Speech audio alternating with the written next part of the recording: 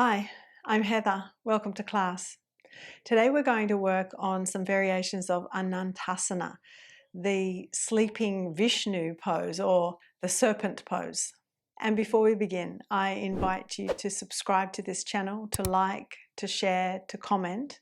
These actions help support me in what I'm offering on YouTube and contributes to YouTube's algorithm sharing this content with more people who are searching for inspiration for their yoga practice. Before we begin, if you find this video helpful, be sure to like and subscribe. I've got my bolster here. That's going to be head support. I've also got a chair. That's going to be leg support. We'll start by lying down on the side of the body. Now, typically we would lie on the left side and stretch the right leg up. I'm going to be mirroring you as we do that. If your bolster's too bulky to have under your head, then perhaps you work with a folded blanket. Now, obviously, if you've got a crossbar, it's going to be difficult for you to get both legs under. So I'm just going to work with the lower leg. So given that I'm mirroring you, it would be your left leg that will come under the chair. The right leg is already starting to turn out. But do make sure that you've set yourself well with the head support. The left arm can come out in front of you. You're lying on your side, you're not rolling onto your back. Be on the outer left hip and foot. If your hip's uncomfortable on the floor, put a blanket underneath the whole body. It's important that we get this thigh to turn out. The right leg needs to turn out. Watch that your knee's not pointing forward. Can you externally rotate that leg so the kneecap faces the ceiling? That requires using the buttock strength. So as you grip that left buttock, thigh can turn out. Then we're going to bring the leg onto the handle of the chair. Now, obviously, the weight of the leg might push the chair around a little bit, but it depends on your capacity to stretch as to whether you'll be able to reach your hand to hold the chair. I'm going to be bringing the chair in closer to me, so I'll be able to hold the chair and stop it from slipping. If you feel like you're already at your strong stretch point, then if your chair is moving, you might want to put a belt around the handle and hold on to the belt to stop the chair from moving. If you've got more to go in terms of stretch, you bring the chair in closer to you so that the leg's coming more to the vertical, and you can potentially hold the handle or hold a bit closer to you. Find what works. Obviously, if you're holding on one side of the chair, it might distort the positioning of the chair. But see that the kneecap and the toes are facing the head side, not rolling forward. And also then watch that you're not rolling backwards. Be on the outer left hip and hold the leg in place by holding the chair, securing the chair. The chair may want to tip from side to side. Find out what's going to work for you in terms of holding the chair in place. It should be reasonably comfortable as you hold. The main effort is keeping the legs straight and holding the chair in place. But we're getting a sense for the shape of the pose. And I know some of us will be able to go further. If that's the case, you want to go further and you've got a crossbar there and it's getting in the way of the sitting bone, maybe you tilt the chair. And you can pull the handle of the chair onto the calf muscle and bring the chair more on that diagonal to challenge the leg a little bit more, challenge the hip a little bit more. Then we'll release from that side and we'll do the other side. Now, it might be simple for you to just turn yourself around and face the other direction, but I'm going to turn my props around so I can keep facing you. Blanket bolster for the head. And as I said, if you're feeling that the floor is hard and it's uncomfortable on your hip, put a blanket down underneath your whole body. Stretch your right leg underneath your chair and be on the side of the body, not leaning backwards. Support your head well, stretch the right arm forward, turn the left thigh out. You can sit your foot on the inner knee or the inner thigh. Ask this thigh to externally rotate rather than letting it roll forward. The kneecap faces the ceiling. In order to do that and to maintain that, you need to grip the buttock, left buttock muscles. Then stretch your leg up. So you can start with a chair a bit of a distance away from you, just get a feel for it. Keep the kneecap and the toes facing the head side. Again, just watching the legs not rolling forward.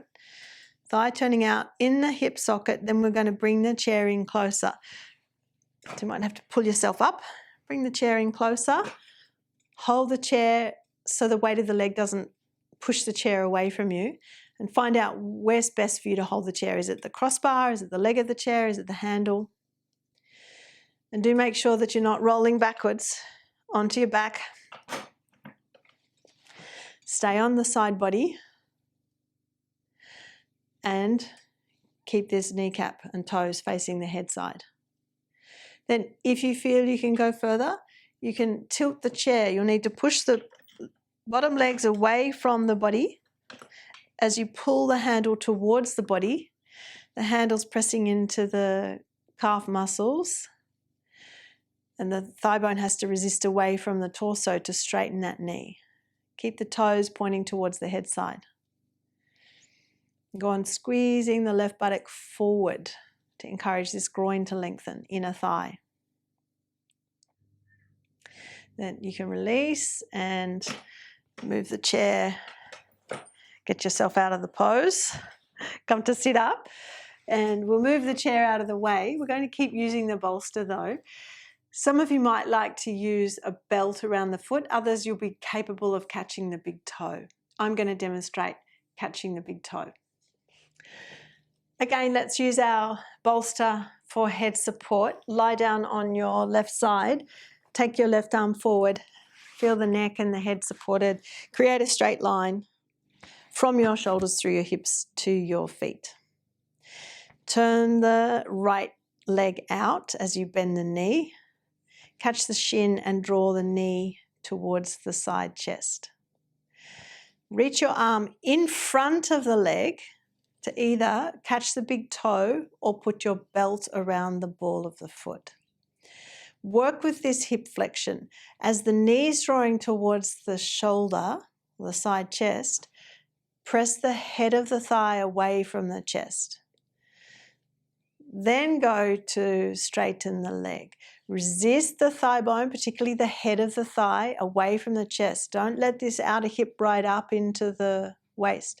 Roll the outer hip down away from the waist as you pull the foot over towards the head side. But the whole time this lower leg is working. The outer left foot, the outer shin driving into the floor to give a rebound effect to the top leg. Now you can turn to look up. Just turn the head. Don't let yourself collapse back onto the back body. Squeeze the right buttock forward to keep the inner thigh moving forward. Breathe smoothly. Be sure to press the inner right foot up towards the ceiling. Then we can come out of the pose. Let go of the big toe grip, lower the leg, and we'll swap sides. Again, it might be easy enough for you to just turn yourself over so you're facing the opposite direction, but I'm going to move my bolster so I'm still facing you. Bolster support. Thread the right arm forward, and as you come to lie on the side body, one straight line from your shoulders through your hips to your feet. Bend the left leg, turn the knee out, kneecap facing the ceiling. Catch your shin. If the knee doesn't like that, then hold under the thigh, but draw your knee towards the side chest, not forward. Asking the leg to turn out. To help the leg to turn out, bring your arm in front of the leg.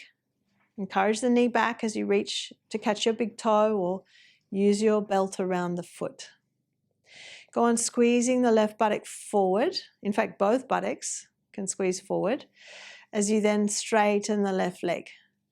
You're pulling on the big toe or the belt to bring the foot towards you, but don't bring the outer hip towards you.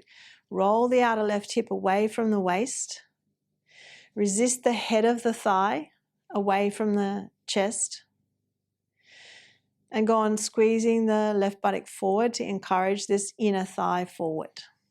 Then you can turn the head. So you roll the head on the bolster, turn to look up towards your foot. Drive the outer right foot and shin into the floor to give a rebound effect to that top leg.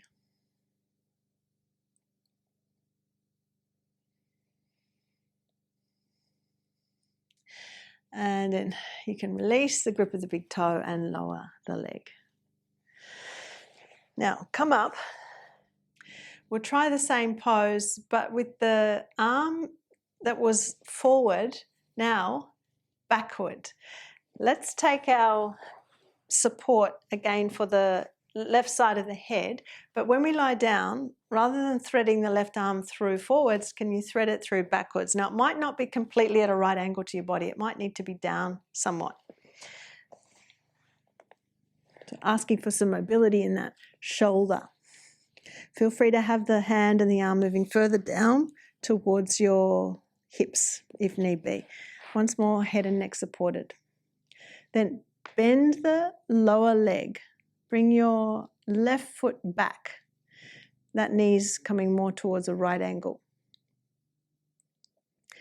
Turn the right leg out.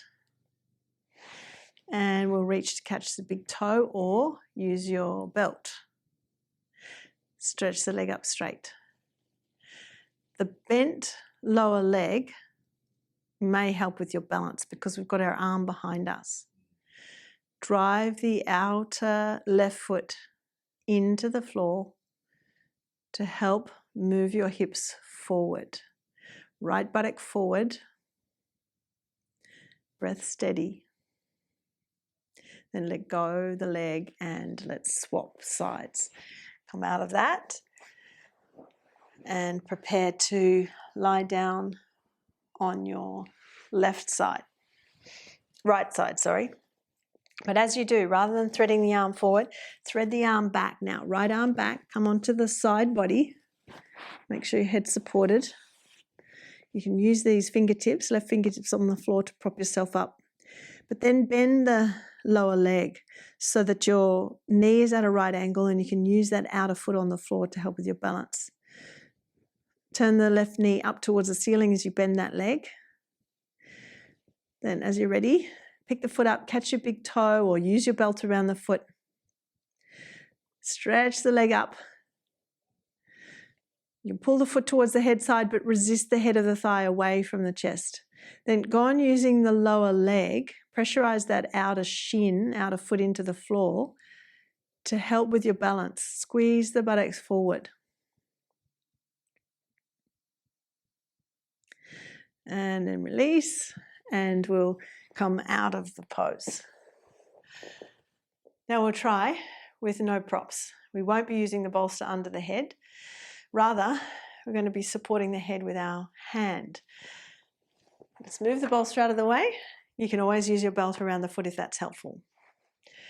We'll come to lie down on the left side of the body and slide the left arm along the floor so that we lengthen the armpit region. Can you get the back of that armpit onto the floor?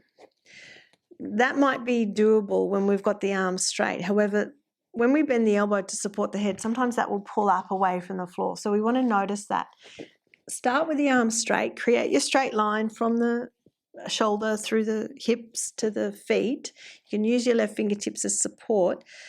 But then maybe you can also use your fingertips to feel into that space. Is there a space between your armpit and the floor? Try to keep contact with the floor as you bend the elbow and support your head.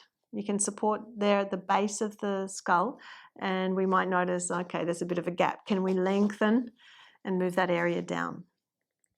Watch your elbow doesn't come forward. If your shoulder's capable, point your elbow out so it's running the same line as the rest of the body. Bend up the right leg. Here's where you can use your belt.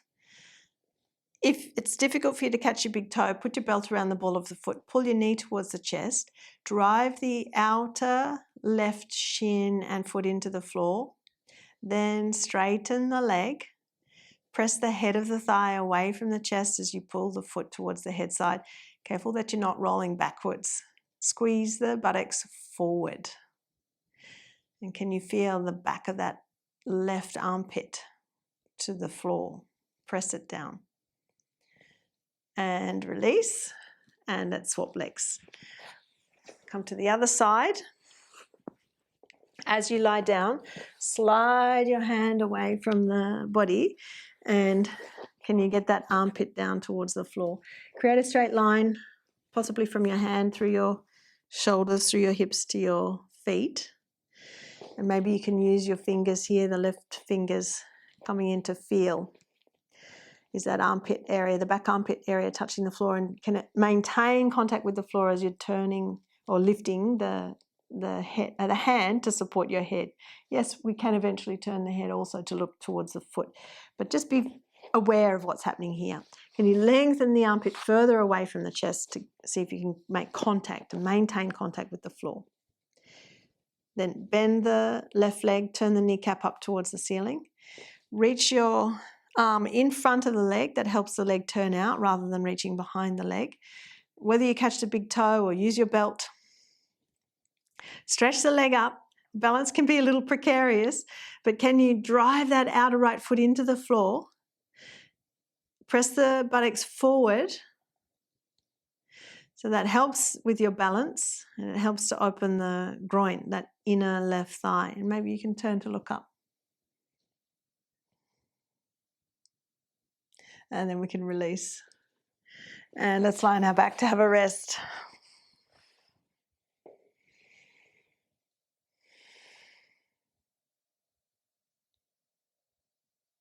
Then when you're ready, you can roll over and come up to sit. We note that in this method of yoga, we've got a vast array of props that we can work with, and there are so many different approaches to any given posture. If you enjoy practicing with me, I invite you to check out the video library on my website, heatherkitchenyoga.com.au. With over 450 full-length classes, I also add a new class every week. There are a lot of sessions to choose from. You can start your membership with a 7-day free trial. That's it for today. Thanks for joining me. For more in-depth teaching, check out the video library on my website, heatherkitchenyoga.com.au. The link is in the description box below.